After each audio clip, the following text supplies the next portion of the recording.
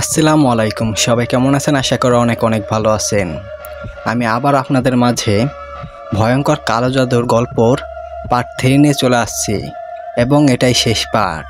লিখেছেন সোনালী আক্তার চাঁদনী। আর দেরি না করে আমরা গল্প শুরু করব। আর গল্পের মাঝে যদি কোনো ভুল ত্রুটি হয়ে থাকে তাহলে ক্ষমার দৃষ্টিতে দেখবেন। আর আমাদের চ্যানেল যারা এখনও সাবস্ক্রাইব করার নাই অবশ্যই সাবস্ক্রাইব করে আমাদের পাশে থাকবেন, যাতে পরবর্তী গল্প আপলোড দেওয়ার সাথে সাথে আপনার কাছে চলে যায়। চলুন আমরা মূল ঘটনা শুরু করি। তাবিজটা পরানো হলে আয়নার মাথায় হাত বোলালেন তিনি। তারপর চোখ থেকে গড়িয়ে পড়ল এক ফোঁটা অশ্রু জল। পাশে দাঁড়িয়ে আয়শা বেগমও মেয়ের এই অবস্থা দেখে কান্না করতেই চলেছেন। হাবিবুর রহমান দীর্ঘ নিঃশ্বাস ছেড়ে সেখান থেকে উঠে দাঁড়ালেন। তারপর স্ত্রীকে সাথে নিয়ে বাইরে বেরিয়ে আসলেন তিনি। বেঞ্চের উপর বসে ভাবতে লাগলেন কি করা যায় আয়নাকে নিয়ে। তখনই মনে পড়ল সেই হুজুরের কথা। তিনি দ্রুত হুজুরের নাম্বার বের করে ফোন দিলেন। 3 বার রিং হতেই ওপাশ থেকে ফোন রিসিভ করে সালাম দিলেন হুজুর। হাবিবুর রহমান সালামের উত্তর নিয়ে উত্তেজিত কণ্ঠে বলতে শুরু করলেন, হুজুর, আমি অনেক বিপদে পড়ে আপনার কাছে ফোন দিয়েছি। সকালে আপনার কাছ থেকে ফেরার পথে বাড়ি খুব খারাপ অবস্থা দেখেছি আমি। এখন আমি হাসপাতালে আছি, আমার মেয়েকে ভর্তি করা। হাবিবুর রহমানের কথার উত্তরে ওপাশ থেকে নরম কণ্ঠে হুজুর বলে উঠলেন, আপনি শান্ত হন, এইভাবে উত্তেজিত হবেন না। আর ঠিক কী হয়েছে সব কিছু খুলে বলেন আমার। হুজুরের কথা শুনে হাবিবুর রহমান একে একে সব কিছুই খুলে বললেন হুজুরের কাছে। তার কাছ থেকে ফেরার পরে সকল ঘটনা সব কিছু শোনার পর হুজুর বলে উঠলেন, আপনি আপনার বাসার ঠিকানা দিন, আমি বিকালে আপনার বাসায় আসছি। তারপর দেখা যাবে আসলে কি হচ্ছে আপনাদের সাথে। আর হ্যাঁ, আপনি মেয়েকে হাসপাতাল থেকে নিয়ে বাসায় চলে আসুন, আমিও বাসাতেই আসব। হুজুরের কথা শুনে হাবিবুর রহমান একটু স্বস্তি ফিরে পেলেন মনে। তারপর হুজুরের কাছে নিজের বাসার ঠিকানাটা আবার দিয়ে আর কিছু না বলে ফোন রেখে দিলেন তিনি। বিকেল 5টা। একটি জায়নামাজের উপর বসে আছেন হুজুর। আর হুজুর ঠিক সামনে একটি সাদা কাপড় দিয়ে আসন পেতে তার উপর বসে আছে আয়না। হুজুর বা পাশে ফ্লোরের উপর বসে আছেন হাবিবুর রহমান এবং তার স্ত্রী আয়শা বেগম। হুজুর বেশ কিছুক্ষণ হলো চুপ করে চোখ বন্ধ করে কিছু একটা পাঠ করেই চলেছেন মনে মনে। বেশ কিছুক্ষণ পর চোখ মেলে আয়নার দিকে তাকালেন উনি। তারপর ওকে উদ্দেশ্য করে বলে উঠলেন, তোমার নাম কি মা? হুজুরের প্রশ্নের কোনো উত্তর দিল না আয়না, বরং চুপ করে বসে রইল মাথা নিচুর দিকে দিয়ে। কেমন মুক্তির মতো করে বসে আছে ও। হুজুর কিছুক্ষণ চুপ থেকে আবার একই প্রশ্ন করে উঠলেন, কিন্তু এবারও কোনো উত্তর পেলেন না উনি আয়নার কাছ থেকে। তারপর হুজুর চোখ বন্ধ করে কিছু একটা পড়লেন আর পড়া শেষ করে আয়নার দিকে ফু দিলেন উনি। আয়নার শরীরে ওনার ফু লাগতেই চিৎকার করে উঠে তাকালেন হুজুরের দিকে। ওর চোখ দুটো একদম লাল টকটকে রঙের হয়ে আছে। ওর চোখের অবস্থা এমন দেখেই ভয়ে শিউরে উঠলেন পাশে বসে থাকা হাবিবুর রহমান এবং আয়শা বেগম। হুজুর ইশারায় ওনাদের ভয় পেতে নিষেধ করে আয়নার দিকে তাকিয়ে বলে উঠলেন, এবারও বলল, তোমার নাম কি? বেশ কিছুক্ষণ চুপ থেকে আয়না একটু অদ্ভুত কণ্ঠে বলে উঠল, আমার নাম জেনে তুই কি করবি? তুই এখানে কেন এসেছিস? চলে যা এখান থেকে, নইলে সব কিছু জ্বালিয়ে পুড়ে শেষ করে দেব আমি। ওকে আমি নিয়ে যাব আমার সাথে, তুই আমাকে বাধা দিতে পারবি না। চলে যা এখান থেকে, চলে যা। কথাগুলো বলেই রাগে ফোঁস করতে লাগলো আয়না। ওকে এমন করতে দেখে কিছু বলতে যাবেন হাবিবুর রহমান, তখনই ওনাকে ইশারায় থামিয়ে দিয়ে হুজুর বলে উঠলেন, দেখুন, আমি জানি আপনি একজন জিন, কিন্তু আপনি আমাকে বলুন, আপনি এই অসহায় ছোট্ট মেয়েটার সাথে এমনটা কেন করতেছেন? ও কি ক্ষতি করেছে আপনার যে ওকে আপনি নিজের সাথে নিয়ে যেতে চাইছেন? ওকে ছেড়ে দিন, আল্লাহর রহমতে ওকে ছেড়ে দিন আপনি। হোকার ছেড়ে বলে উঠল আয়নার মাধ্যমে থাকা জিন, আমি ওকে ছাড়বো না, ওকে নিয়ে যাব আমার সাথে। তোরা খবরদার আমার বাধা দিবি না, চলে যা তোরা সবাই এখান থেকে। আমি আজকের রাতে ওকে আমার সাথে নিয়ে যাব, নইলে ওকে মরতে হবে। এই বাসায় থাকলে ওর মৃত্যু নিশ্চিত। আয়নার এমন কথা শুনে হুজুর সহ চমকে উঠলেন হাবিবুর রহমান এবং আয়শা বেগম। হুজুর ভুরু কুঁচকে আয়নার দিকে তাকিয়ে বলে উঠলেন, এই বাসায় থাকলে ওকে মারতে হবে মানে কি বলতে চাইছেন আপনি? হুজুরের প্রশ্নের উত্তরে কিছুক্ষণ জোরে জোরে নিঃশ্বাস নিয়ে তারপর হাঁটুর উপরে ক্রাশ করতে করতে বলে উঠল আয়না, আমি এখানে ওকে মারতে এসেছিলাম। ওর উপর খুব খারাপ জাদু করা হয়েছে, কালো জাদু করা হয়েছে ওর উপর। আর আমাকে পাঠানো হয়েছিল ওকে ভয় দেখিয়ে দেখিয়ে মারতে, যে কারণে খুব দ্রুত মরে যাবে ও। ওকে আমি মারতে এসেছিলাম এখানে, কিন্তু মারতে পারিনি। ও আমায় বাঁচিয়েছিল, তাই আমি ওকে নিয়ে যেতে চাই নিজের সাথে করে। আমি ওকে বিয়ে করব। আয়নার মাঝে থাকা জিনটার কথা সকলেই প্রচণ্ড ঘাবড়ে গেল। তবুও নিজেকে সামনে নিয়ে হুজুর জিজ্ঞাসা করলেন, এই ছোট্ট বাচ্চা মেয়েটাকে মারতে চেয়েছিলে? কি ক্ষতি করেছে ও কারো, যে ওর উপর কালো জাদু করা হয়েছে? আর কে করেছে কালো জাদু? বসে বসে ফোঁস করতে লাগলো আয়না। ওর মুখ দিয়ে কোনো কথা বের হচ্ছে না, শুধু গুংরানির শব্দ শোনা যাচ্ছে। তারপর বেশ কিছুক্ষণ এইভাবে থাকার পর বলে উঠল, আচ্ছা, ওর খুব আপন মানুষই এই কাজটা করেছে। আমি তাদের নাম বলবো না, সেটা তো খুঁজে বের করো। ওর আপন কেউই ওকে মারতে চেষ্টা করেছে। এতটুকু বলে জ্ঞান হারিয়ে সেখানে পড়ে গেল আয়না। সাথে সাথে আয়শা বেগম দ্রুত গিয়ে মেয়ের নিজের বুকের মধ্যে জড়িয়ে নিলেন। মেয়ের এমন অবস্থা দেখে হাবিবুর রহমান প্রশ্ন ছুড়লেন হুজুরের দিকে, হুজুর, এসব কি বলে গেল ওই বদজিনটা? আমার আয়নার উপর কালো জাদু করলো কে? আর কেনই বা মারতে চাইছে কেউ আমার বাচ্চা মেয়েটাকে? আপনি দয়া করে বলুন হুজুর, কি হচ্ছে আমার মেয়েটার সাথে? জিনটার কথায় নিশ্চিত হয়েছি যে আপনার মেয়ের উপর খুব খারাপ কালো জাদু করা হয়েছে, যেটা হয়তো এই জিনের মাধ্যমে করা হয়েছিল। কিন্তু এখন জিনটা আপনার মেয়েকে পছন্দ করায় সে আর তার ক্ষতি করবে না। তবে তারা যদি ভিন্নভাবে আবার কালো জাদু করে তাহলে আয়নাকে বাঁচানো কষ্টকর হয়ে যাবে। উত্তেজিত হয়ে কান্না জড়িত কণ্ঠে বলে উঠল হাবিবুর রহমান, কিন্তু কে বা কারা আমার মেয়ের উপর কালো জাদু করেছে তাদের খুঁজে বের করুন হুজুর, আমার মেয়েটাকে বাঁচান আপনি। হাবিবুর রহমান এবং আয়শা বেগমকে সান্ত্বনা দিয়ে হুজুর বলে উঠলেন, দেখুন, আপনাদের কিছু কথা জিজ্ঞাসা করছি, ঠিক ঠিক উত্তর দিন। আচ্ছা, আপনাদের আত্মীয় স্বজনদের মধ্যে আপনাদের কি কোনো শত্রুতা আছে যা আপনাদের ক্ষতি করতে পারে বলে আপনাদের মনে হয়? কিছুক্ষণ চুপ থেকে হাবিবুর রহমান চিন্তা করতে লাগলো। আর তখনই আয়শা বেগম বলে উঠলেন, জি হুজুর, আছে। আমার দেবর এবং দেবরের পরিবার, তারা কখনোই আমাদের ভালো চায় না। তাদের ছেলে সজল একজন মদখোর জুয়ারি, আর তাদের সাথে আমার আয়নার বিয়ে ঠিক করতে চেয়েছিল তারা, কিন্তু আমরা রাজি না হওয়ায় অনেক ক্ষেপে গিয়েছিল তারা। কিছুক্ষণ চুপ থেকে কিছু একটা চিন্তা করলেন হুজুর, তারপর গভীর গলায় বলে উঠলেন, আপনার সেই দেবরের বাড়ি কোথায়? মানে এই বাড়ি থেকে কতটা দূরে তার বাড়ি? আর সেইবার তারা কবে আপনাদের বাড়ি এসেছিল? আয়শা বেগম কোনো উত্তর দেওয়ার আগেই হাবিবুর রহমান মাঝখানে বলে উঠলেন, না হুজুর, ওরা আমার সাথে কথা না বললেও এমন কিছুই করতে পারে না। আমি ওর বড় ভাই আর ও আমার ছোট ভাই। ওরা আমার পরিবারের সাথে এরকম করবে আমি এটা মানতে পারছি না। শুধু শুধু এত বড় একটা অপবাদ আমি দিতে পারি না ওদের। তাহলে ওনাদের ছাড়া কি অন্য কেউ আছে যারা আপনাদের উপর হিংসা করে বা কোনো কারণে শত্রুতার বশে এমনটা করতে পারে? না হুজুর, আমার জানা মতে আমার এমন কোনো শত্রু নেই যে আমার মেয়ের সাথে এমনটা করতে পারে। বেশ চিন্তিতভাবে কিছুক্ষণ বসে রইলেন হুজুর। তারপর হাবিবুর রহমানকে উদ্দেশ্য করে বলে উঠলেন, আপনারা যদি সম্মতি দেন তাহলে আমি এখানে একটা আমল করতে চাই, যে আমলের দ্বারা আমি বুঝতে পারবো যে আসলে কি করা হয়েছে আপনার মেয়ের সাথে বা কে করেছে। কিন্তু এই আমলটা করার সময় অনেক সমস্যা হতে পারে। আপনাদের কিছুতেই ভয় পেলে চলবে না, আর আমার সাথে থাকতে হবে। এক মুহূর্ত দেরি না করে হুজুরের কথায় রাজি হয়ে গেলেন হাবিবুর রহমান এবং আয়শা বেগম। আয়নাদের বাড়ির চারপাশে চারটা পেরাক নিয়ে পুঁতে দিলেন হুজুর। তারপরে সেগুলোর সাথে বেঁধে দিলেন সাদা কাপড়, যার সাথে লাল কালিতে কিছু আরবি লেখা রয়েছে। তারপর বাসার মধ্যে প্রবেশ করে হাবিবুর রহমান এবং আয়শা বেগমকে উদ্দেশ্য করে বললেন, আপনারা আমার কাজ শেষ না হওয়া পর্যন্ত বাইরে বের হতে পারবেন না, সারাক্ষণ বাসার ভিতরে থাকতে হবে।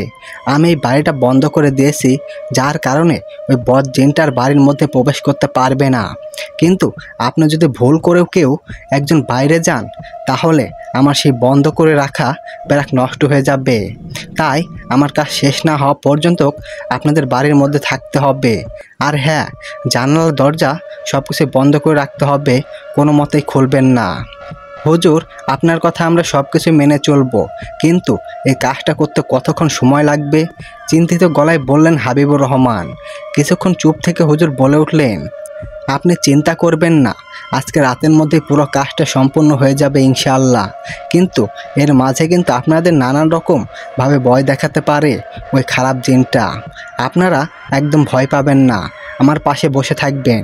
ভয় পেলে কিন্তু আমার কাজটা সফল করতে অনেক কঠিন হয়ে যাবে, তাই সাহস নিয়ে বসে থাকবেন। হুজুরের কথায় সম্মতি হলে হাবিবুর রহমান এবং আয়শা বেগম। তারপর আয়নাকে ওর রুমের বিছানায় শুয়ে দিয়ে ফ্লোর ভালো করে পরিষ্কার করে পবিত্র করলেন। তারপর তাতে একটা জায়নামাজ বিছিয়ে রুমের মাঝে সব লাইট বন্ধ করে দিয়ে শুধু বেশ কয়েকটা মোমবাতি জ্বালিয়ে রাখলেন। পাশে বসে রইলেন হাবিবুর রহমান এবং আয়শা বেগম। বেশ কিছুক্ষণ সময় জায়নামাজে বসে কি যেন পড়তে লাগলেন হুজুর। এভাবে কিছু সময় কেটে যেতেই হঠাৎ রুমের সব কিছুই যেন একটা ঝাঁকি দিয়ে উঠল। সাথে সাথে যেন কেঁপে উঠলেন হাবিবুর রহমান এবং আয়শা বেগমের মন। তারা দুজন দুজনের হাত শক্ত করে ধরে নিয়ে বসে রইলেন। ভয় পেলে চলবে না তাদের। একটু পর অদৃশ্য থেকে কে যেন হুজুরকে সালাম দিয়ে বলে উঠল, আসসালামু আলাইকুম, আমাকে কেন ডেকেছিস বল? হুজুর সালামের উত্তর নিয়ে বললেন, ওয়ালাইকুম আসসালাম, আপনাকে একটা প্রয়োজনে ডেকেছি, দয়া করে আপনি আমাকে সাহায্য করুন। আমায় বলুন এই বাসায় কি হচ্ছে, আর এই বাসার মেয়ের আয়নার সাথে কি হয়েছে? রুমের মাঝে কিছুক্ষণ নীরবতা ছেয়ে গেল। বেশ কিছুক্ষণ পর নীরবতা কাটিয়ে আবারও অদৃশ্য থেকে কেউ একজন বলে উঠল, আয়নার উপর খুব খারাপভাবে কালো জাদু করা হয়েছে, আর সেই জাদুর প্রভাবেই ও ধীরে ধীরে নিস্তেজ হয়ে পড়ছে। এইভাবে একসময় মারাও যাবে ও। আর তার সাথে ওর উপর নজর পড়েছে খুব খারাপ একটি জিনের। ওই জিনটাকে ওর কাছে পাঠানো হয়েছিল ওকে ভয় দেখে মেরে ফেলতে, কিন্তু আয়না ওই জিনকে ভয় না পেয়ে বরং ওর সেবা করেছিল। যখন জিনটা বিড়াল রূপে নিজের পা ভেঙে ফেলেছিল তখন, আর তাই জিনটা ওকে না মেরে পছন্দ করে ফেলেছে, ওকে নিয়ে যেতে চায়। তবে ওকে নিয়ে যেতে পারছে না এই কালো জাদুর প্রভাবের কারণে, কেননা খারাপ জিন ওকে নিয়ে গেলেও ওই কালো জাদুর প্রভাবও মারা যাবে। অদৃশ্য শেষ কথাটা শুনে ভয়ে শিউরে উঠলেন হাবিবুর রহমান এবং আয়শা বেগমের মন। দুজনের চোখ দিয়ে অঝরে পানি গড়িয়ে পড়তে লাগলো। একমাত্র মেয়ের এমন অবস্থা কিছুতেই মেনে নিতে পারছেন না তারা। তখনই হুজুর বলে উঠলেন, আচ্ছা, আপনি কি আমাদের বলতে পারেন আয়নার উপর এইরকম কালো জাদু কে বা কারা করেছে? আয়নার উপর খুব শক্তিশালী কালো জাদু করা হয়েছে, আর যারা এটা করেছে তারা অন্য কেউ নয়, বরং ওর খুব আপন মানুষ করেছে। আয়নার চাচা এবং চাচি মিলে এই কাজটা করেছে। তারা আয়নার উপর কালো জাদু করার সময় একটি পুতুল ব্যবহার করেছে, যে পুতুলের সাথে আয়নার চুল, হাতের নখ, গায়ের জামা কাপড় এবং ওর আরও বিশেষ কিছু জিনিস লাগানো আছে, যে কারণে পুতুলের সাথে ওরা যা করছে আয়নার সাথেও ঠিক সেটাই হচ্ছে। সেই পুতুলটা এখন কোথায় আছে আমি ঠিক জানি না, সেটা জানতে হলে কিছু সময়ের প্রয়োজন হবে আমার। কিছুক্ষণ চুপ থেকে হুজুর বলে উঠলেন, তাহলে আপনি সময় নিন, কিন্তু আমাদেরকে জানান সেই পুতুলটা কোথায় আছে। আমরা সেই পুতুলটা নষ্ট করে আয়নাকে বাঁচাতে চাই, আপনি আমাদের সহযোগিতা করুন আল্লাহর জন্য। অদৃশ্য থেকে রাগী কণ্ঠে বলে উঠল, আমি সহযোগিতা করব, কিন্তু বললাম না আমার কিছু সময় চাই। আমি আবার রাত 12টার পর আসব, এখন আমার যেতে দে, আমি খবর নিয়ে আবার ফিরে আসব। একটু পর পুরো রুমটা কেমন হালকা হয়ে গেল, মনে হয় অদৃশ্য জিনিসটা চলে গেছে। সে চলে যেতেই হুজুর হাবিবুর রহমান এবং আয়শা বেগমকে উদ্দেশ্য করে তাদের দিকে ঘুরে বসে বললেন, আপনারা চিন্তা করবেন না, উনি অবশ্যই খবর নিয়ে ফিরে আসবেন। এতক্ষণ আমি যার সাথে কথা বলছিলাম সে একজন ভালো জিন এবং সে আমার পোষা জিন, সেই জন্য তাকে দিয়ে সব খবর নিতে পারবো, তবে একটু সময় লাগবে। আপনি একটু ধৈর্য ধরুন, ইনশাল্লাহ আপনাদের মেয়ে সুস্থ হয়ে যাবে। হুজুরের কথা যেন কানে যায়নি হাবিবুর রহমান বা আয়েশা বেগমের।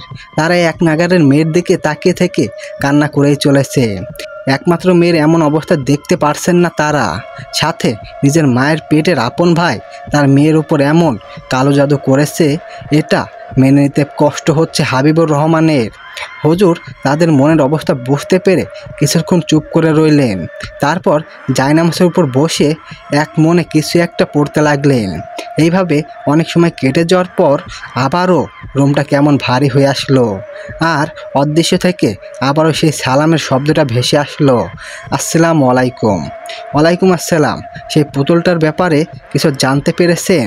কিছুক্ষণ চুপ থেকে অদৃশ্য থেকে আবারও বলে উঠল জিনটা, জি আমি পুতুলটার খবর নিয়ে এসেছি, তবে এটা নষ্ট করতে হলে অনেক ঝামেলা হতে হবে।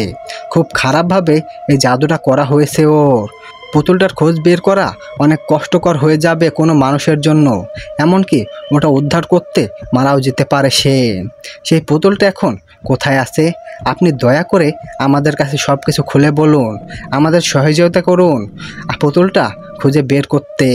কিছুক্ষণ চুপ থেকে গভীর কণ্ঠে বলে উঠল জিনটা, পুতুলটা আছে এই বাড়ি থেকে ৪৫ কদর দূরে একটি পুকুরের মধ্যে, একদম পুকুরের মাঝখানে মাটির নিচে গর্ত করে তার মধ্যে পুঁতে রাখা। সেখান থেকে ৩ নিঃশ্বাসের মধ্যে পুতুলটা তুলে আনতে হবে।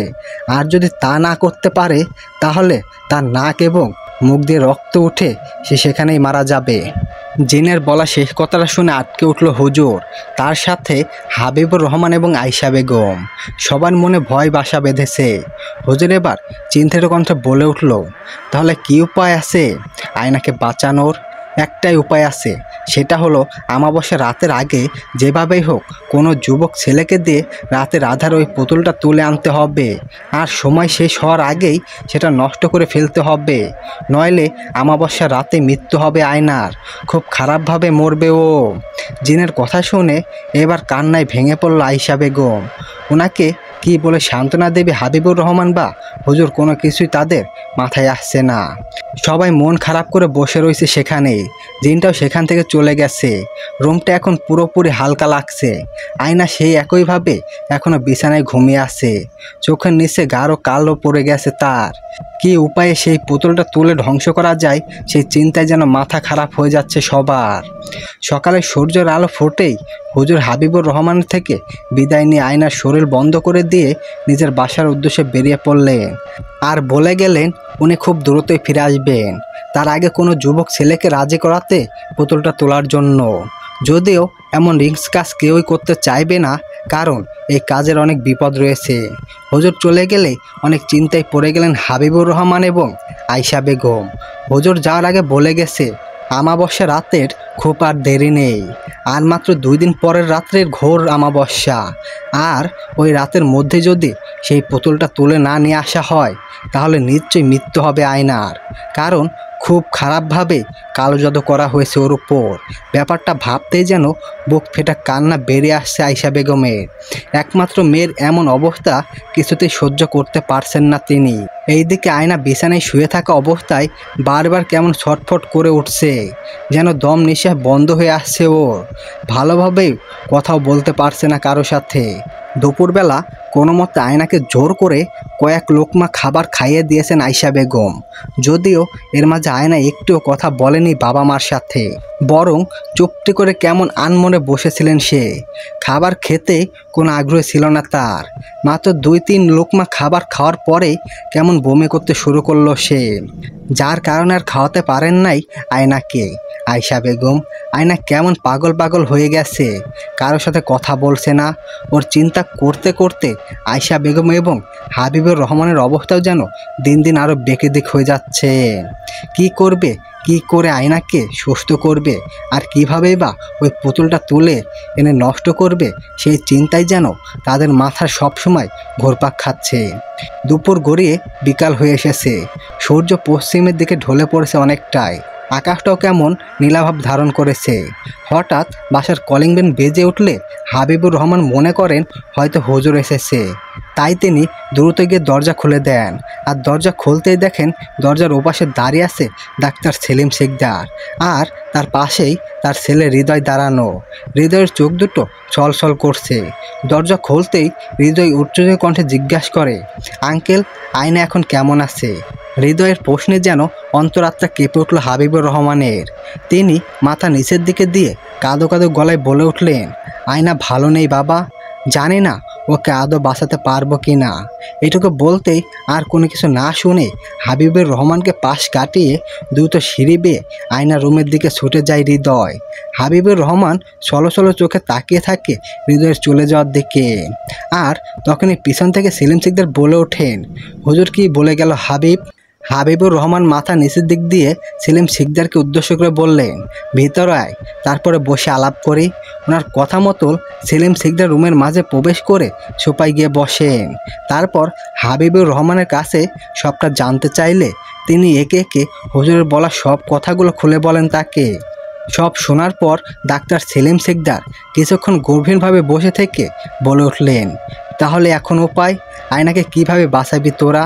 জীবনের রিস্ক নিয়ে বোতলটা আনতে যাবে কে? তখনই ওদের মাঝে ফোট কেটে পাশ থেকে হৃদয় বলে উঠল, আমি যাব আয়নাকে বাঁচাতে, যা করতে হয় আমি করব। ওই বোতলটা আমি তুলে নিয়ে আসব সেই পুকুর থেকে, এতে যা হয় হবে আমার, কিন্তু আয়নাকে যেভাবেই হোক বাঁচাতে হবে আমায়। গভীর মুখে উঠে দাঁড়ালেন ডাক্তার সেলিম শিকদার। তারপর রাগী গলায় বলে উঠলেন, এইসব তুমি কি বলছো হৃদয়? তোমার কি মাথা খারাপ হয়ে গেছে? আমি জেনে শুনে আমার একমাত্র ছেলেকে এত বড় বিপদের হাতে কখনোই ছেড়ে দিতে পারি না। তুমি পাগল হয়ে গেছো। তুমি জানো এই কাজটা করতে গেলে তোমার জীবন নাহিদের সংকটে থাকতে পারে। তোমার কিছু হলে আমি কি নিয়ে থাকবো তা তুমি একবার ভেবে দেখেছো? তোমার কিছু হলে আমি বাঁচবো কী করে? তুমি এইসব কোনো কিছুই করবে না। না আব্বু, তুমি আমাকে বাধা দিও না। আয়নাকে বাঁচানোর জন্য যদি সে সেই একটা রাস্তায় থেকে থাকে, তাহলে সেই রাস্তায় আমি পা বাড়াবো। এতে আমার যা হয় হয়ে যাবে। তবে আমি বিশ্বাস রাখি ইনশাল্লাহ আমি অবশ্যই আয়নাকে বাঁচাতে সফল হব, আর সেই পুতুলটা তুলে আনতে পারবো। শুধু তোমরা আমার জন্য দোয়া করবে। আর প্লিজ আব্বু, আমাকে বাধা দিও না। তুমি খুব ভালো করেই জানো আমি আয়নাকে কতটা চাই। ওকে ছাড়া পৃথিবীতে বেঁচে থাকার কোনো মানেই হয় না। ওর যদি কিছু হয়ে যায় তাহলে আমি নিজেকে কখনোই ক্ষমা করতে পারবো না। প্লিজ তুমি আমাকে আর বাধা দিও না আব্বু। ডাক্তার সেলিম শিকদার তার ছেলেকে কি বলে বোঝাবে সেটা তার ধারণার বাইরে। এখন তার মনে হচ্ছে হৃদয়কে সব কিছু বলাই ভুল হয়েছে, আর এখানে নিয়ে আসাটাও তার সবচেয়ে বড় ভুল।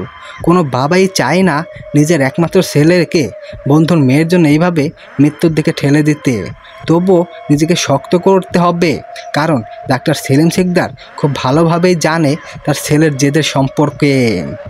সে একবার যেটা জেদ ধরে সেটা সে করেই ছাড়বে। তাই আর কোনো উপায় না দেখে তিনি চুপ করে রইলেন। আর তখনই হাবিবুর রহমান বলে উঠলেন, না বাবা হৃদয়, তুমি এমনটা করতে পারো না। তুমি আমার বন্ধুর একমাত্র ছেলে। আমি জেনে শুনে নিজের মেয়ের জন্য তোমার জীবনে বিপদে ফেলতে পারি না। আয়নার ভাগ্য যা আছে তাই হবে। আমি অন্য কাউকে দিয়ে চেষ্টা করব ওকে বাঁচানোর জন্য। তুমি শুধু শুধু নিজের জীবনে এইভাবে বাজি রেখো না। তোমার কিছু হয়ে গেলে আমি সারা জীবনের মতো আমার বন্ধুর কাছে অপরাধী হয়ে যাব। হাবিবুর রহমানের কাছে এগিয়ে এসে তার হাত দুটি নিজের হাতের মধ্যে শক্ত করে ধরে হৃদয় আশ্বাস দিয়ে বলে উঠল, আপনি টেনশন করবেন না আঙ্কেল। আল্লাহর রহমতে আমার কোনো কিছুই হবে না। আর ইনশাআল্লাহ আমি সেই পুতুলটা তুলে সেটা নষ্ট করে আয়নাকে ভালো করেই ছাড়ব। আপনি দেখে নেবেন আমার কিছুই হবে না। আমার সাথে আল্লাহ আছে। শুধু আপনারা সবাই আমার জন্য একটু দোয়া করবেন, আর কিছু চাই না আমার। কিন্তু বাবা, কোনো কিন্তু নয়। এই ছেলেই পারবে আপনার মেয়েকে ভালো করতে, আর সেই পুতুলটা তুলে নিয়ে আসতে। ওর মাঝে যেমন মনোবল আছে আর আল্লাহর প্রতি বিশ্বাস আছে, ওই এগুলোর দ্বারাই সফল হতে পারবে। আপনারা আর ওকে বাধা দেবেন না। ওকে যতটা সাহায্য করতে হয় আমি করব। রুমের মাঝে প্রবেশ করতে করতে বলে উঠলেন, হুজুর, হুজুর কেবলই আয়নাদের বাসায় এসেছিলেন। দরজার কাছে আসতেই হৃদয়ের সকল কথা শুনে নেন তিনি, তাই এইসব কথা বলেন তিনি। হুজুরের কথায় অনেকটাই আশ্বাস পান হাবিবুর রহমান এবং ডাক্তার সেলিম শিকদার। যদিও তাদের মন মানছে না, কিন্তু তারপরেও ছেলের জেদের কাছে হার মেনে নেয় তারা। তারপর হুজুরের কথা মতো সব কিছুই পরিকল্পনা এবং রেডি হতে শুরু করে তারা। হৃদয় পুতুলটা আনতে যাওয়ার আগে শেষবারের মতো আয়নার পাশে গিয়ে একবার বসে। ওর মাথায় হাত বুলিয়ে মনে মনে বলে, তোমাকে আমি সুস্থ করেই ছাড়বো আয়না, সেই আগের মতো সুস্থ করে আমার কাছে নিয়ে আসবো আমি তোমায়।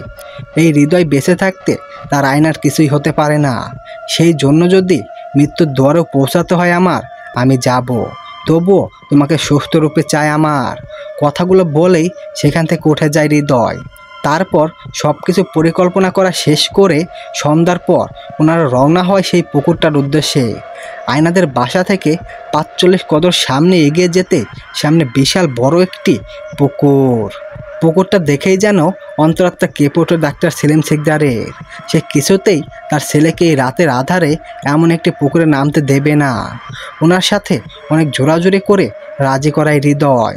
তারপর হুজুরের কাছ থেকে বেশ কয়েকটা তাবিজ বেঁধে নেয় নিজের হাতের কোমরে এবং গলায়।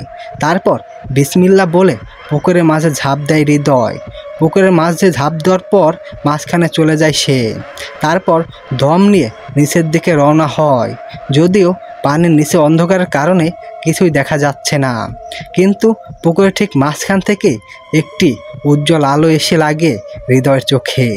ওর আর বুঝতে বাকি রয় না যে পুতুলটা সেখানেই আছে, কারণ হুজুর এখানে আসার আগে ওর শরীরে যে তাবিজগুলো বেঁধে দিয়েছিল, সেই তাবিজের দৌলতে ও বুঝতে পারে পুতুলটা ঠিক কোন জায়গায় পুঁতে রাখা আছে। হৃদয় আর দেরি না করে দ্রুত সেই আলোর দিকে ছুটে যেতে থাকে। আর তখনই চারিদিক থেকে অসংখ্য ছোট্ট ছোট্ট মাগুর মাছ এসে জাপটে ধরে হৃদয়কে। মাগুর মাছগুলো ছোট হলেও ছোট্ট ছোট্ট ধারালো দাঁতের কারণে হৃদয়ের শরীরে অনেকটা জায়গায় রক্ত ক্ষত বিক্ষত হয়ে যায়।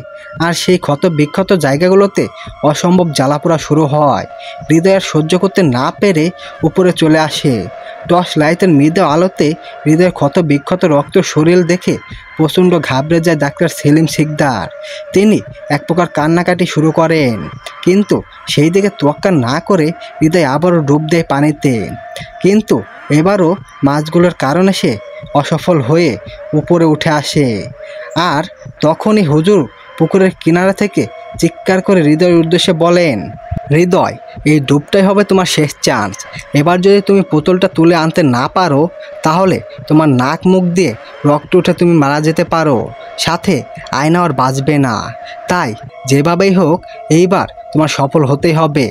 কিন্তু মনে রেখো, এইবার ডুব দেওয়ার আগে অবশ্যই তুমি মনে মনে আল্লাহকে স্মরণ করতে থাকবে এবং আয়াতুল কুরসি পড়তে থাকবে।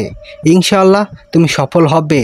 তোমার সাথে আমার দোয়া রইল, বাবা, তুমি সফল হবে। হুজুরের কথাগুলো শুনে মনে অনেকটাই সাহস ফিরে পেল হৃদয়। তাই বিসমিল্লাহ বলে এবং মনে মনে আয়াতুল কুরসি পড়তে পড়তে ডুব দিল আর নিজের সর্বোচ্চ চেষ্টা দিয়ে এগিয়ে গেল সেই আলোর দিকে।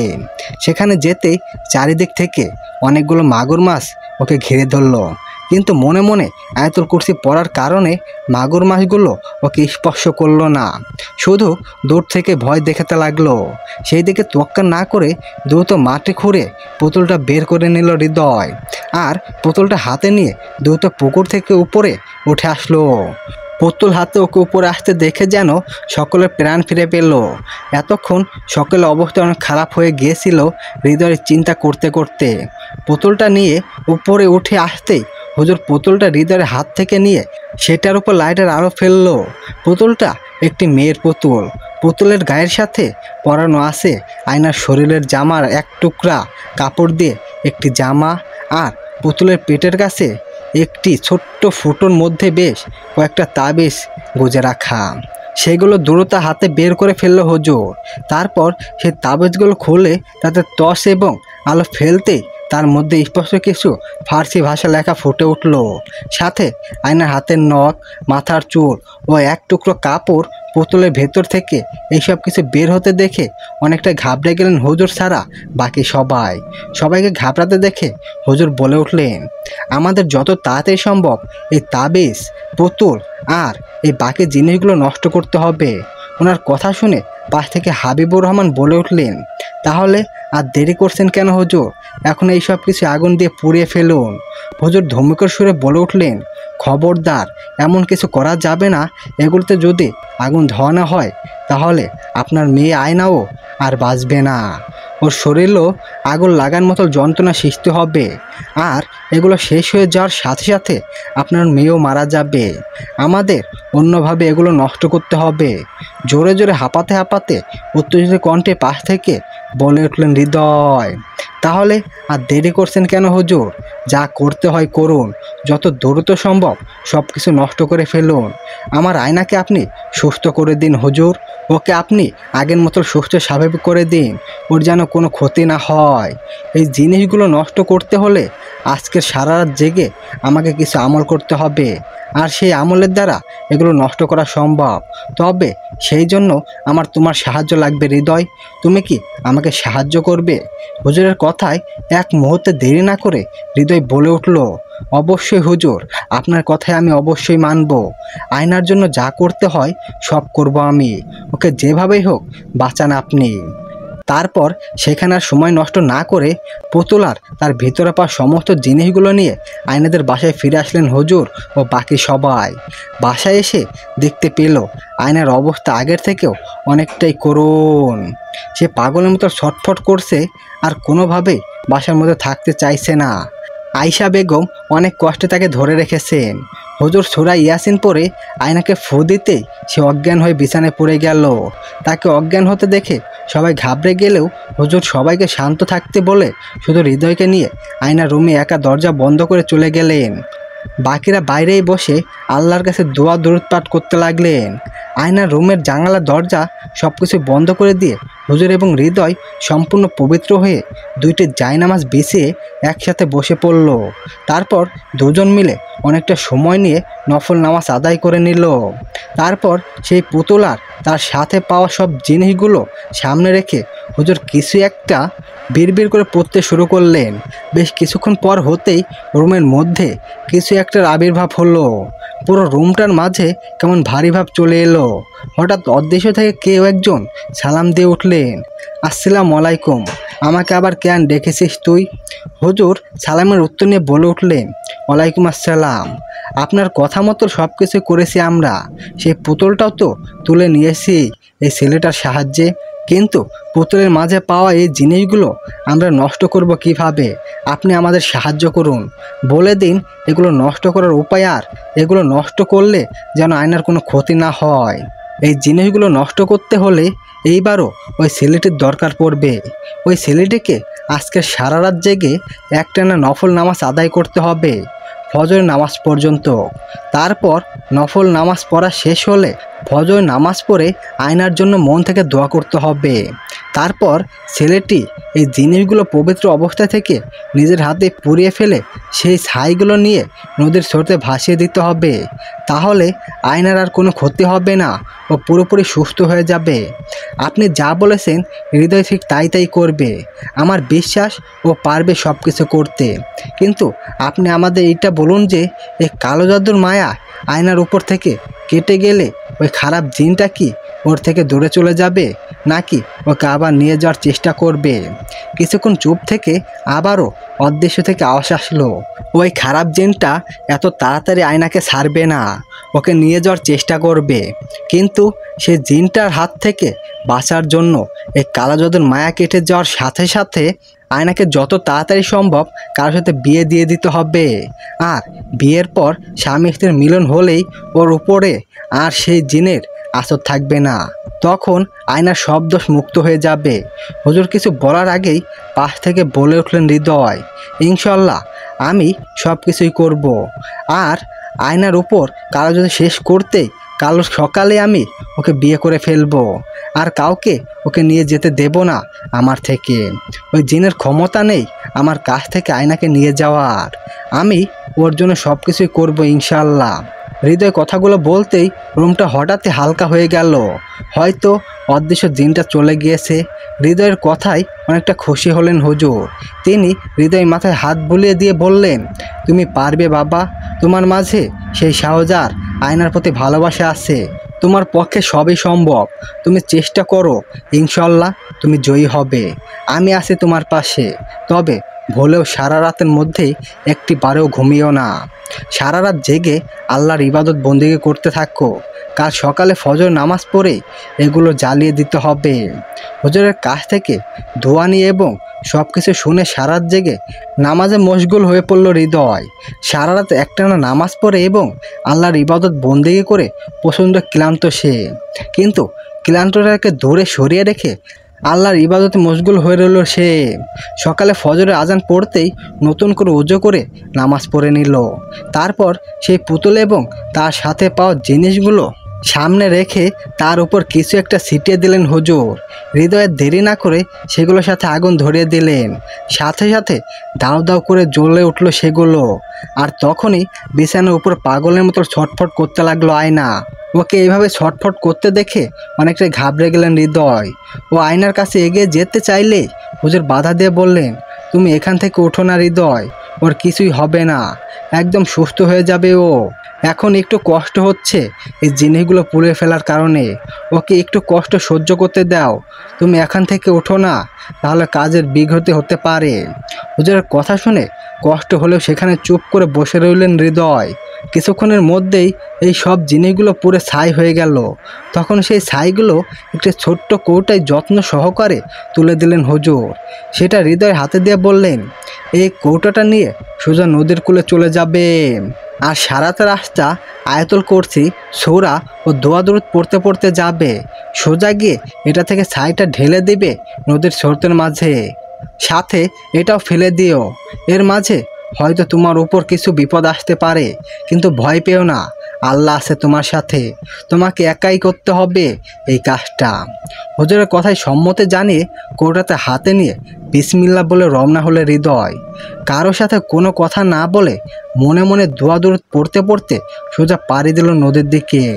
নদীটা বাসা থেকে বেশ কিছুটা দূরে হওয়ায় প্রায় আধা ঘন্টা সময় লেগে গেল নদীর কূলে পৌঁছাতে। এই আধা ঘন্টার মাঝে হৃদয় কারোর সাথে কোনো প্রকার কথা বলেনি বা কারো ডাকে সাড়া দেয়নি। সোজা গিয়ে কৌটাটা থেকে ছাই বের করে ঢেলে দিল নদীর স্রোতের মাঝে। তারপর কৌটাটা ছুঁড়ে ফেলে দিল বিসমিল্লাহ বলে। তারপর নদীর পানিতে নিজের হাত ধুয়ে বাসায় ফিরে এলো। বাসায় ফিরে এসে দেখলো আয়নার জ্ঞান ফিরেছে। ওকে এখন অনেকটাই স্বাভাবিক লাগছে। হৃদয়কে সঠিকভাবে কাজ শেষ করে ফিরে আসতে দেখে অনেক খুশি হলেন সবাই। হুজুর সবাইকে বলে দিলেন আয়নার সাথে যত তাড়াতাড়ি সম্ভব হৃদয় বিয়েটা সম্পন্ন করতে। হৃদয় তাড়াহুড়া শুরু করলেও তখনই ডাক্তার সেলিম শিকদার কাজী সাহেব নিয়ে এসে দুজনে বিয়ে পড়িয়ে দিলেন। কিন্তু হুজুর বললেন, আয়নার শরীর এখন প্রচণ্ড অসুস্থ, তাই 2-3 দিন সময় দেওয়া উচিত ওকে। 2 দিন পর না হয় ওদের বাসর হবে। হুজুরের কথা মেনে নিল হৃদয়। তবে আয়নাকে এক মুহূর্তের জন্য একা ছাড়বে না সে। বেশ ভালোভাবে বিয়েটা সম্পূর্ণ হয়ে গেল। প্রত্যেকটা মুহূর্তেই আয়নার সাথে সাথে থাকলো হৃদয়। হাবিবুর রহমান আর সেলিম শিকদার মিলে আয়নার চাচা চাচি আর চাচাতো ভাই সজলকে পুলিশে ধরিয়ে দিলেন। তাদের যথেষ্ট শাস্তি পাওয়ার ব্যবস্থা করলেন তারা। বিয়ে মিটে গেলে হুজুর চলে যাওয়ার আগে আয়নাকে 2টি তাবিজ দিয়ে গেলেন, একটি হাতে আর একটি গলায়।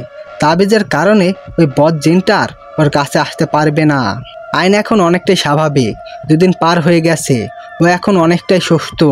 তাই আজ হৃদয়ের বাড়িতে মোটামুটি ছোট্টখাটো আয়োজন করে আয়নাকে তুলে নিয়ে যাওয়ার ব্যবস্থা করা হয়েছে। খুব সুন্দর করে বাসর ঘর সাজানো হয়েছে ওদের জন্য। আয়না লাল টুকটুকে বেনারসি শাড়ি পরে অনেক সুন্দর করে বউ সেজে ফুলে ফুলে ভরা বাসর ঘরে বসে আছে হৃদয়ের অপেক্ষায়। একটু পরে দরজা ঠেলে ওর রুমে ঢুকলো হৃদয়। হৃদয়কে আসতে দেখে নিজের ঘোমটাটা আরও একটু সামনে এগিয়ে নামলো আয়না। চেনা মানুষটাকে দেখেও যেন খুব বেশি লজ্জা করছে আস্তার। বাসর ঘরে প্রবেশ করে দরজা লাগিয়ে দিয়ে গুটি গুটি পায়ে আয়নার দিকে এগিয়ে আসতে লাগলো হৃদয়। ওকে কাছে এগিয়ে আসতে দেখে বুকের মাঝে ধূপধূপানি যেন অনেকটাই বেড়ে যায় আয়নার। যতটা সম্ভব গুটিসুটি হয়ে বসে নিজের ঘোমটাটা আরও একটু সামনে এগিয়ে নেয়। ও লজ্জা পাওয়াটা বুঝতে পেরে বাঁকা হাসে হৃদয়। তারপর ওর পাশে এসে বসে মুচকি হেসে বলে উঠল, তুমি কি আমাকে দেখে ভয় পাচ্ছ নাকি লজ্জা, কোনটা আয়না? হৃদয়ের প্রশ্নের উত্তরে আয়না কিছুই বলে না, শুধু ওড়না দিয়ে নিজের হাতের নখগুলো পেঁচাতে থাকে। হৃদয় মুচকি এসে নিজের মাথার পাগড়িটা খুলে রেখে আয়নার মুখের উপরের ঘোমরাটা আলতো হাতে সরিয়ে দেয়। আয়নার দিকে তাকাতে ওকে বধূ সাজে দেখে চোখ বড় বড় করে স্পষ্ট স্বরে বলে উঠল, মাশাল্লাহ। এই ছোট্ট একটি শব্দ শুনে যেন অসম্ভব লজ্জায় পড়ে যায় আয়না। ও লজ্জা মাখা মুখ করে কিছুটা অন্যদিকে ঘুরে তাকায়। এই মুহূর্তে হৃদয়ের চোখের দিকে তাকানোর সাহস নেই তার। তখনই হৃদয় বলতে শুরু করে, জানো আয়না, এই দিনটার জন্য আমি কতগুলো বছর হলো অপেক্ষা করেছিলাম, শুধুমাত্র তোমার আপন করে পাবো বলে। প্রত্যেকটা দিন, প্রত্যেকটা রাত, প্রত্যেকটা মুহূর্ত অপেক্ষা করতাম এই দিনটার জন্য। বিদেশে যখন জানতে পারলাম তুমি খুব অসুস্থ, পাগলের মতো আচরণ করছো, তখন আমিও তোমার চিন্তায় প্রায় পাগলপাড়া হয়ে পড়েছিলাম। তাই তো এক মুহূর্ত দেরি না করে ছুটে চলে এসেছি দেশে, আর দেশে ফিরেই ছুটে যাই তোমার কাছে। কিন্তু তোমাকে যে এই অবস্থায় দেখতে পাবো ভাবতেও পারিনি আমি। এইটুকু এক নাগারে বলে থেমে গিয়ে একটা দীর্ঘ নিঃশ্বাস ফেলল হৃদয়। তারপর আয়নার দিকে তাকিয়ে দেখলো সে নিশ্চুপ কাঁদছে। আয়নাকে কাঁদতে দেখে যেন বুকের বাঁ পাশটায় চিনচিন ব্যথা অনুভব হলো তার। সে উত্তেজিত হয়ে আয়নার গালে আলতো করে হাত রেখে আদুরে গলে বলে উঠল, কি হয়েছে আয়না, তুমি কাঁদছ কেন? বলো, আমায় দেখো, আমি তো তোমার কাছেই আছি। প্লিজ কেঁদো না, তোমার চোখের জল যেন আমি সহ্য করতে পারছি না। বাঁ হাতের উল্টো পিঠ দিয়ে চোখ মুছে নিয়ে কাঁপা কাঁপা গলায় বলে উঠল আয়না, জানো হৃদয়, আগে যখন আমার এই সমস্যাটা হতো, প্রতি রাতে আমি অনুভব করতাম আমার রুমে কেউ আছে, যে আমাকে ডাকতো, আমায় ঘুম ভাঙিয়ে দিত, কিন্তু আমার সামনে আসতো না। নানা রকম অস্বাভাবিক ঘটনার সম্মুখীন হতাম আমি, কিন্তু আমার কথা কেউ বিশ্বাস করতো না, এমনকি আমার আব্বা আম্মু না। মন থেকে অসম্ভব ভেঙে পড়েছিলাম আমি, কিন্তু কাউকে বোঝাতে পারিনি। তারপর একসময় সেই ভয়টা এতটাই বেড়ে যায় যে আমি পাগলের মতো হয়ে যাই। বিশ্বাস করো হৃদয়, আমি কখনোই ভাবতেও পারিনি আমি আবার এমন স্বাভাবিক জীবনে ফিরে আসতে পারবো। সত্যিই তুমি যদি আমাকে না বাঁচাতে, তাহলে আমি হয়তো আর কখনো এমন স্বাভাবিক জীবনে ফিরে আসতে পারতাম না। আমি তোমার কাছে সারা জীবন ঋণী হয়ে থাকব। সত্যি আমি অনেক সৌভাগ্যবান যে তোমার মতো একজন স্বামী পেয়েছি, নিজের জীবন সাথী হিসাবে তোমাকে পেয়েছি। তুমি কখনো আমার ছেড়ে যেও না হৃদয়, তোমাকে ছাড়া আমি বেঁচে থাকতে পারবো না। কথাগুলো এক নাগারে বলে হৃদয় নিজের দুই হাতে জড়িয়ে নিয়ে ঠুকরে ঠুকরে কেঁদে উঠল আয়না। ওকে শক্ত করে নিজের বুকে জড়িয়ে নিল হৃদয়। তারপর কপালে ছোট্ট একটি চুমু এঁকে দিয়ে আদরি গলায় বলে উঠল, এই পাগলি, এইভাবে কাঁদছ কেন তুমি? আমি তোমায় ছেড়ে কখনোই কোথাও যাব না। তোমাকে ছেড়ে দেব বলে তো এইভাবে তোমার হাতটা ধরে নিয়ে আমি। আমাদের সম্পর্ক শুধু পৃথিবীতে নয়, আমরা একসাথে ব্যস্ত হয়ে থাকবো সারা জীবন ইনশাল্লাহ। হৃদয়ের বুক থেকে মুখটা তুলে চোখে পানি ছেড়ে আয়না বলে উঠল, আচ্ছা, তুমি কি বলতে পারো হৃদয়, কি অপরাধ ছিল আমার, যে আমার নিজের চাচা চাচি হয়ে আমার সাথে এমনটা করতে পারলো তারা? আর সেই বদ জিনটাই বা কেন আমাকে এতটা কষ্ট দিল? কেন নিজের সাথে করে নিয়ে যেতে চেয়েছিল? ও যদি আমাকে নিয়ে যেতে চায়, তাহলে আমি কিভাবে বেঁচে থাকতাম হৃদয়? তোমাকে ছাড়া, আব্বু আম্মুকে ছাড়া, তোমাদের সকলকে ছাড়া যে বেঁচে থাকা অসম্ভব ছিল আমার। শুধু বদ জিন কেন, পৃথিবীর সকল শক্তি যদি আমার কাছ থেকে তোমাকে ছিনিয়ে নিতে চায়, তবুও সব কিছুকে হারিয়ে দিয়ে আমি তোমাকে উদ্ধার করে নিয়ে আসবো নিজের কাছে। মৃত্যু ছাড়া তোমাকে কেউ আলাদা করতে পারবে না আমার থেকে, আর না আমি আলাদা হব তোমার থেকে। আল্লাহ আমাদের এই স্বামী স্ত্রীর সম্পর্ক সারা জীবন টিকিয়ে রাখবেন ইনশাল্লাহ। আর ভেবো না আয়না, এখন সব কিছু ঠিক হয়ে গেছে। আজ আমাদের স্বামী স্ত্রীর মধুর মিলনের পর ওই বদজিনটা সারা জীবনের মতো তোমার থেকে দূরে সরে যাবে, আর কখনোই তোমার কাছে আসবে না। হৃদয়ের কথা শুনে অনেকে শান্তি পেল আয়না, কিন্তু সেই কথাটা ভীষণ লজ্জা পেয়ে গেল সে। লজ্জা পেয়ে মুখটা লাল টুকটুকে বানিয়ে নিচের দিকে তাকিয়ে রইল। আয়নার লজ্জাটা বুঝতে পেরে হৃদয় ওকে শক্ত করে বুকে জড়ে নিয়ে ভালোবাসা ভরিয়ে দিতে লাগলো। দুজন মিলে পাড়ি জমালো এক ভালোবাসার অতল সমুদ্রে। পবিত্র বন্ধন সারা জীবনের মতো এক হয়ে গেল তারা। এইভাবে সকল বাধা বিপত্তি আর খারাপ শক্তিকে হার মানিয়ে জিতে গেল হৃদয়ও আয়নার সত্যিকারের পবিত্র ভালোবাসা। আল্লাহর প্রতি বিশ্বাস আর ইমানের শক্তি যদি ঠিক থাকে তাহলে কোনো অশক্তি কখনো কোনো ক্ষতি করতে পারে না। আল্লাহর প্রতি বিশ্বাস আর ইমানের শক্তি যদি ঠিক থাকে তাহলে কোনো অপশক্তি কখনো কারো কোনো ক্ষতি করতে পারে না। আল্লাহ যাদের সাহায্যে থাকেন তাদের কখনোই কোনো ক্ষতি বা বিপদ হতে পারে না। আলহামদুলিল্লাহ। সমাপ্ত। গল্পটি কেমন হলো অবশ্যই জানাবেন, আর ভালো লাগলে অবশ্যই আমাদের চ্যানেলটিকে সাবস্ক্রাইব করে আমাদের পাশেই থাকবেন। পরবর্তী গল্প খুব শীঘ্রই চলে আসবে। সেই পর্যন্ত ভালো থাকবেন, সুস্থ থাকবেন। আল্লাহ হাফেজ।